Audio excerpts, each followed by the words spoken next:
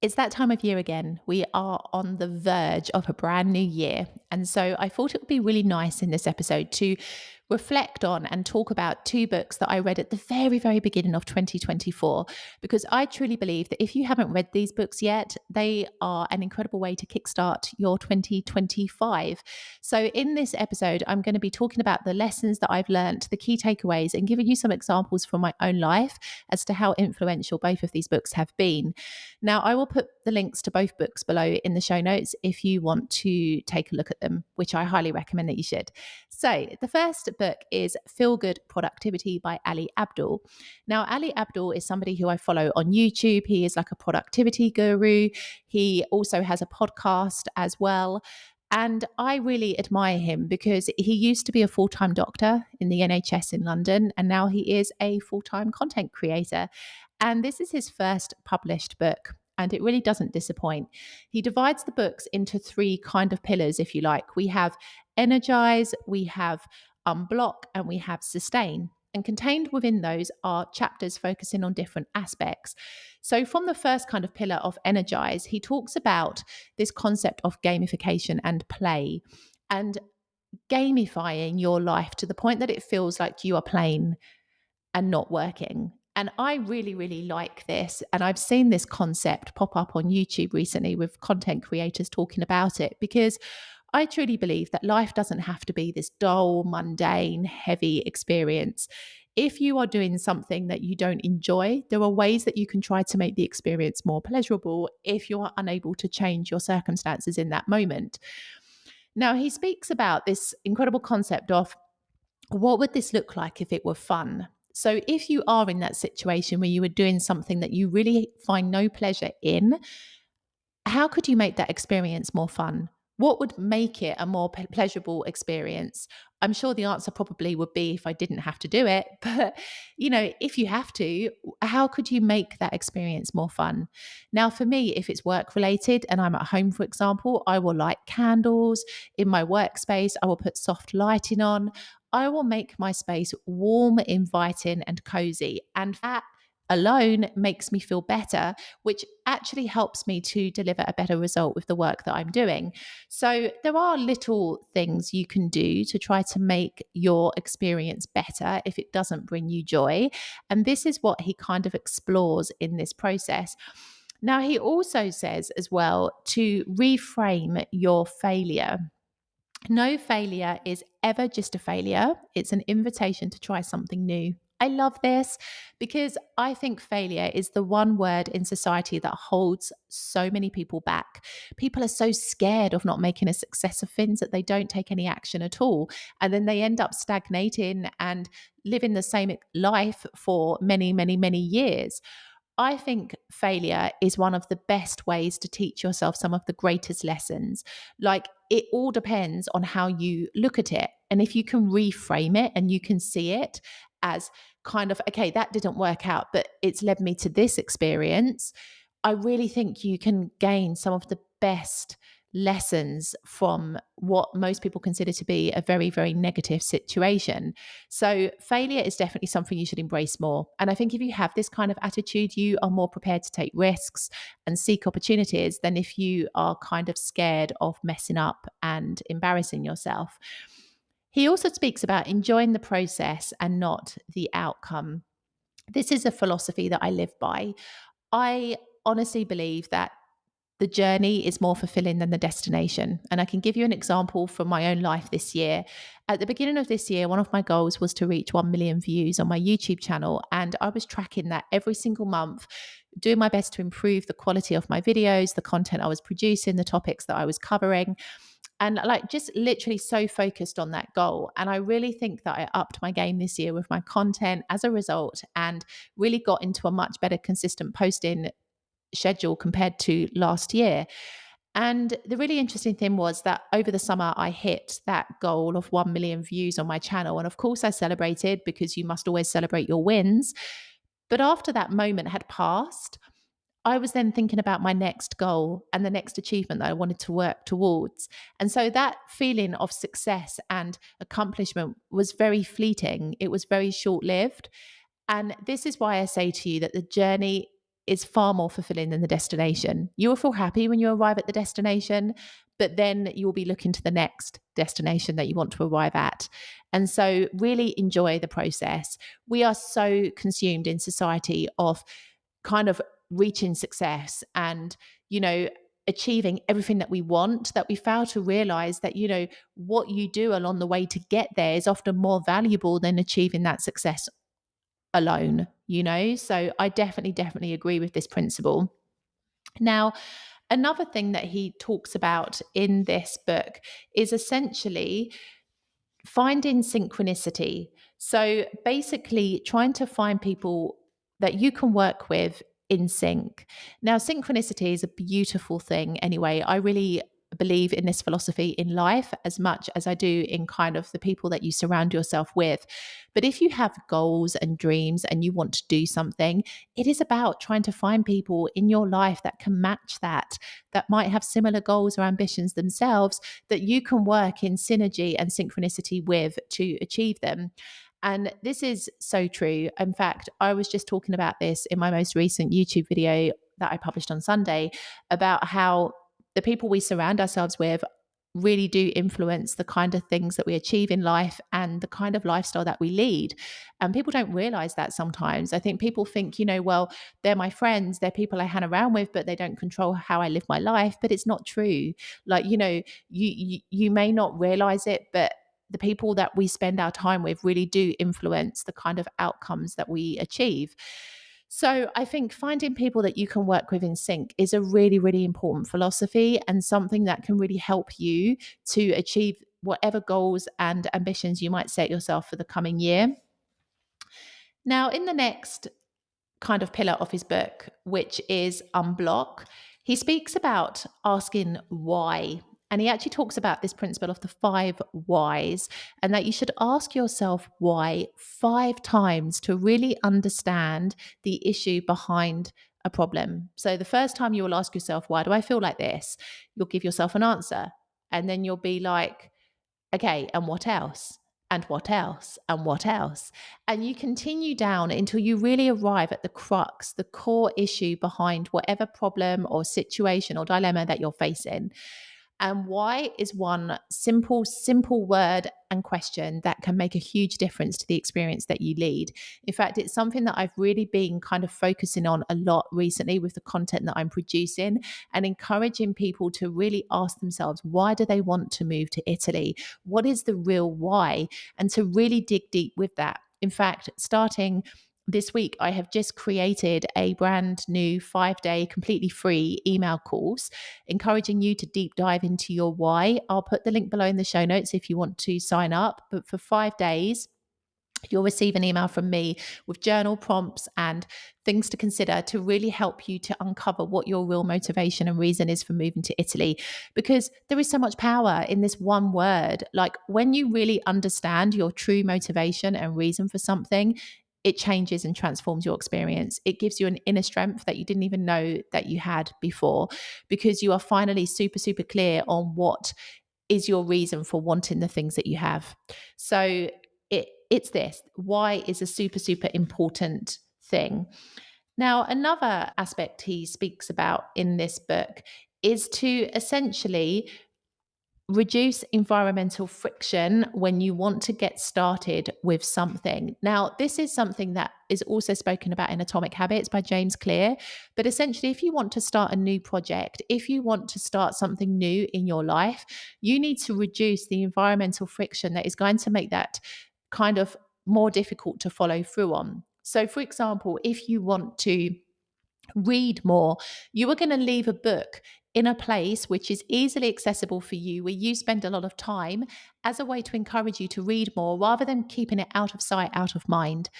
If your intention is to study more, then you are going to attach your studying to a period of time when you are already doing another activity, and you're going to kind of link them together so that it's not so difficult to transition from one activity into the other. You have to try to make any new habit or routine as simple and easy as possible to kind of slot into your life.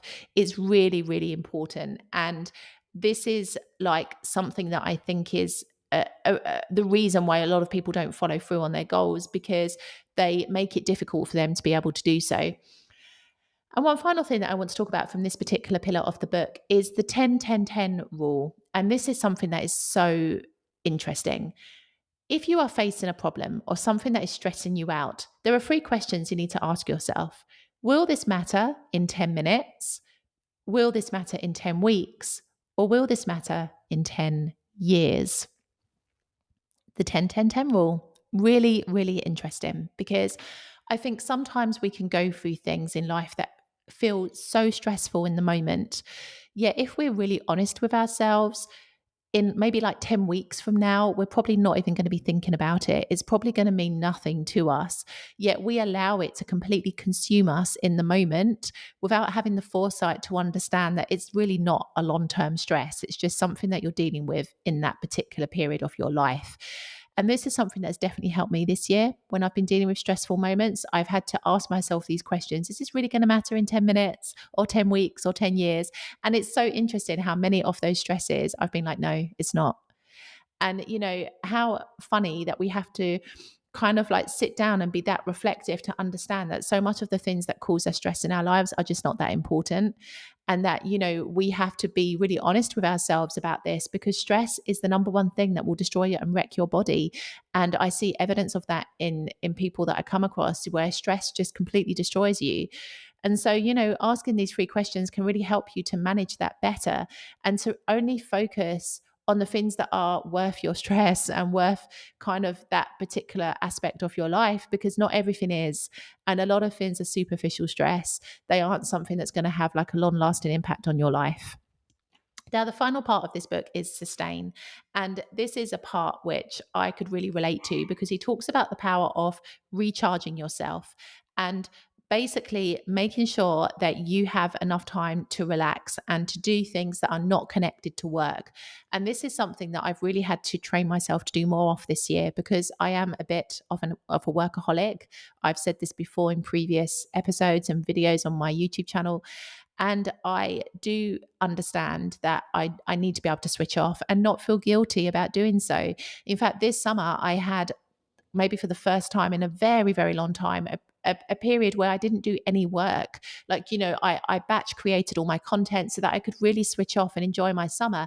And as a result, I became so creative that I did end up redesigning my website during that period. But it didn't feel like work, because I was rested enough to the point where I was ready to restart, but coming at it from a fresh perspective and not from like near burnout.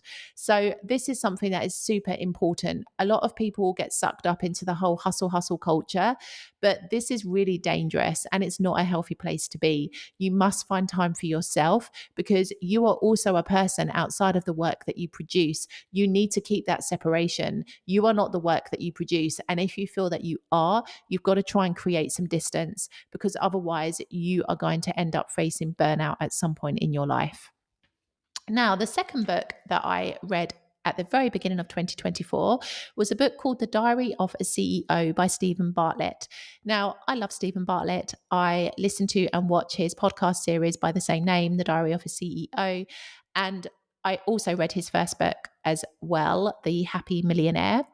But this book is incredible, because he basically, again, divides it into pillars and creates laws for different aspects of your life that you should follow to really create a sense of achievement, success, and fulfillment within your life. Now, the first pillar concentrates on the self. So it's all about like you, your inner self, your mental state, your body, your physical self. And the first law that he speaks about is called the 5 buckets, which I really love. And he talks about this in the sense that you need to fill your buckets in the right order.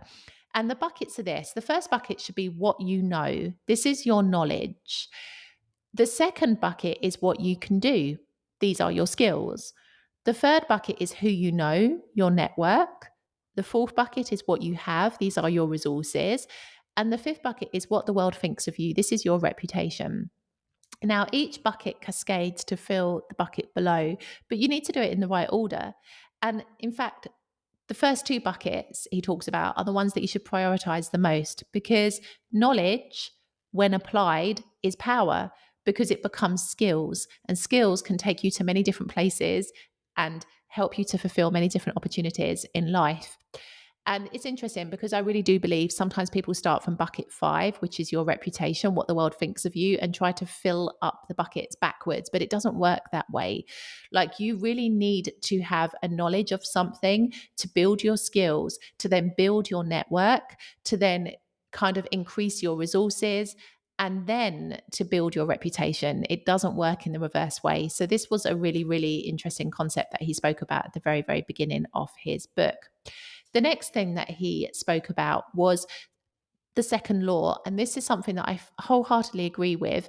He talks about, if you want to master something, you must create an obligation to teach it. Now, I can link this to my job as an English teacher. The longer I've taught English, the better I think I've become at really understanding the language. And he gives this quote here from Yogi Bayan. I feel like I've said his name wrong, but yes, this is him. If you want to learn something, read about it. If you want to understand something, write about it. If you want to master something, teach it.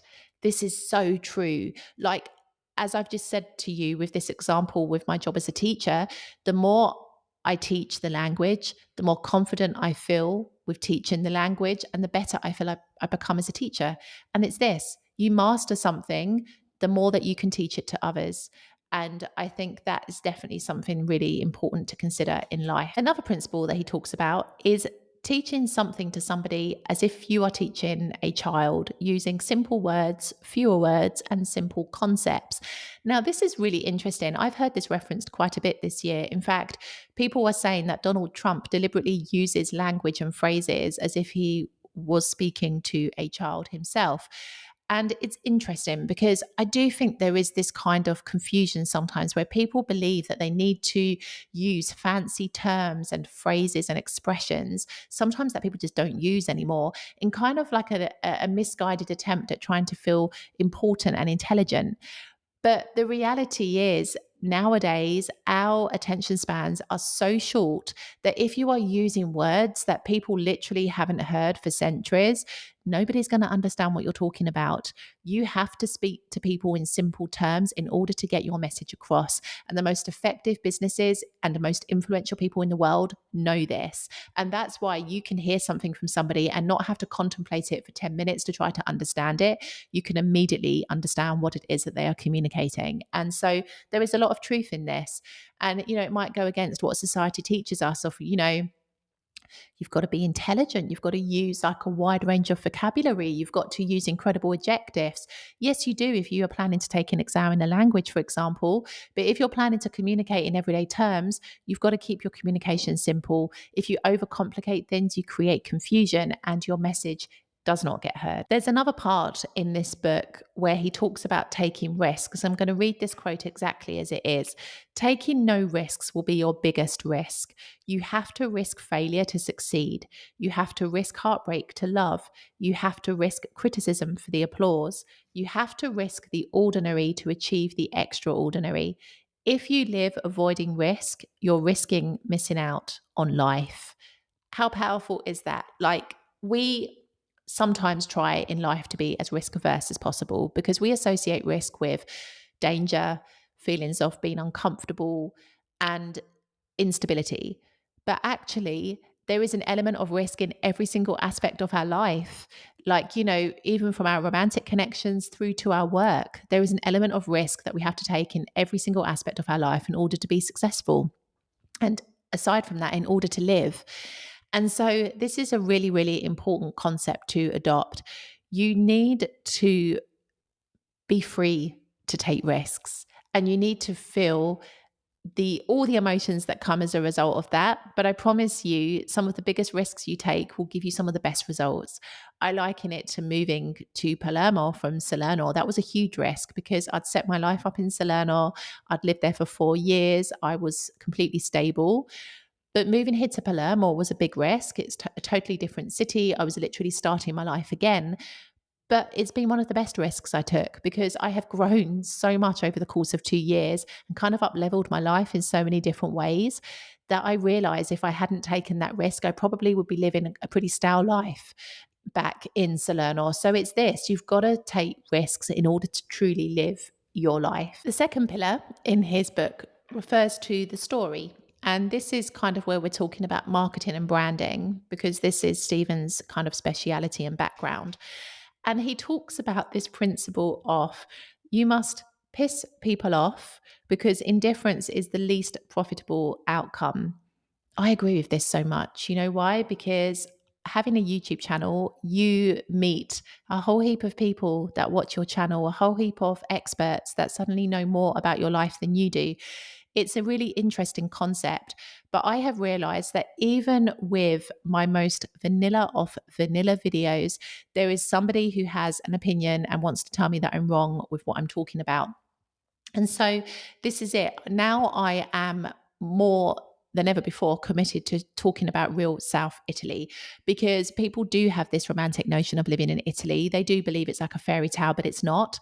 And I know that I piss people off by talking about Italy in this way. People want to hold on to the fairy tale. It triggers people when they understand life might not be as they had thought it was. But essentially, this is what I do. I build an audience that are loyal and committed to me because they get that I share with them the reality so that they can make a better life for themselves here in Italy and they can really understand what this country is like. People that only want to hear the good things are not going to create a good life for themselves here because they're going to be ill prepared when the kind of challenges kick in, which they absolutely will. So you do have to be prepared to upset people. I always believe that, it's not about being discriminatory or disrespectful in that sense, but you have to be prepared to share your opinion about things that are dear to you and things that, on a broad sense, are always still respectful. When you are indifferent, when you sit on the fence about things, it doesn't bring you anything. It doesn't bring you subscribers on YouTube. It doesn't bring you any success in your life. You are just kind of indifferent. And indifference, as he talks about, doesn't bring you any kind of profit, either financially or from kind of a self-fulfilling perspective. Next law that he spoke about, which this has really stuck with me throughout this year: the frame matters more than the picture. Don't just focus on what you say, focus on how the frame around what you're trying to say is positively or negatively distorting your message. This is so true. We sometimes believe that we have to paint this incredible illusion of what it is we're creating, the way that we're living our lives. But it's the way we frame that means more than the picture itself. Because sometimes we might paint a picture of perfection, but the frame in which you put the picture in is damaged. There's a mistake that you've made, or there's something that you're saying that contradicts the picture that you're presenting. And so it is the frame that holds such importance in life and not the picture itself. You've got to think about how you're dressing up the picture, because if you're dressing up the picture in something that is opposing to what you're trying to portray, it's going to cause you problems. The frame is always, always more important than the picture itself. Third pillar in his book relates to philosophy. And there's a really interesting thing that he talks about here. And this is actually through Stephen that I learned about Kaizen, which is a Japanese philosophy for continuous improvement. And he talks about sweating the small stuff in life, because sometimes in life, people believe that they have to only focus on the big stuff, the big dreams, the big goals, the big ambitions, the big changes. But you've got to learn to sweat the small stuff, because using the Kaizen philosophy, innovation is seen as an incremental process. It's not about making big leaps forward, but rather making small things better in small ways everywhere you can on a daily basis. And this ties into the 1% principle, Atomic Habits. James Clear talks about this as well. Incremental gains, making 1% improvements in your life can absolutely change your future. Rather than focusing just on the big wins, which often take a long time to achieve. You've got to approach life from this perspective. Sweat the small stuff in everything you do and don't just focus on the big goals. The final pillar in his book relates to the team. So talking about our interactions with other people. Now, a really interesting thing that he spoke about was to do with mentality. And essentially, he says that if the working culture is strong, new people will become like the culture. If the culture is weak, the culture will become like the new people. This is true. Like, I've always spoken quite openly about how I struggle to fit into the working culture here in Italy. I do believe sometimes that people approach things from a completely different angle to what I'm used to. And there are different mindsets and mentalities here that I don't think are particularly healthy. But I believe this is true. If you have a strong working culture, people adapt to that. But if you don't, the company ends up adapting to the new people. And unfortunately, that's when companies can lose their reputation, lose the quality of what they're doing because they were not strong enough with their philosophy and their ethos from the beginning. So, new people that enter into that organization end up creating the future of that company. And sometimes it's not in the way that the company had necessarily wanted to go. And he closes this particular pillar with a fantastic aspect: learning never ends. This is something that I think is so true. I think a lot of people go through life believing that, our learning finishes the moment we finish college, university, whatever kind of a level of education you have. But it's not true. Like, you have to commit to being a lifelong learner, because even if you are not physically studying for something, you are learning through your experiences in life. You are learning how to be a better person. You are learning new skills. You are learning how to improve your character or aspects of your life. You never stop learning. And people that believe that they have essentially closed themselves off to the world. Don't do that. Commit to being a lifelong learner. It's the only way that I truly believe that you can make the most out of this experience that is called life. So I hope that you found this episode interesting. These two books are fantastic, and I've picked out some of the things that really stood out to me. But honestly, there are so many more gems that I just didn't have time to fit into this episode. So go take a look at those books. I really, truly believe that they will be the best way to kickstart 2025. I will see you in the next episode.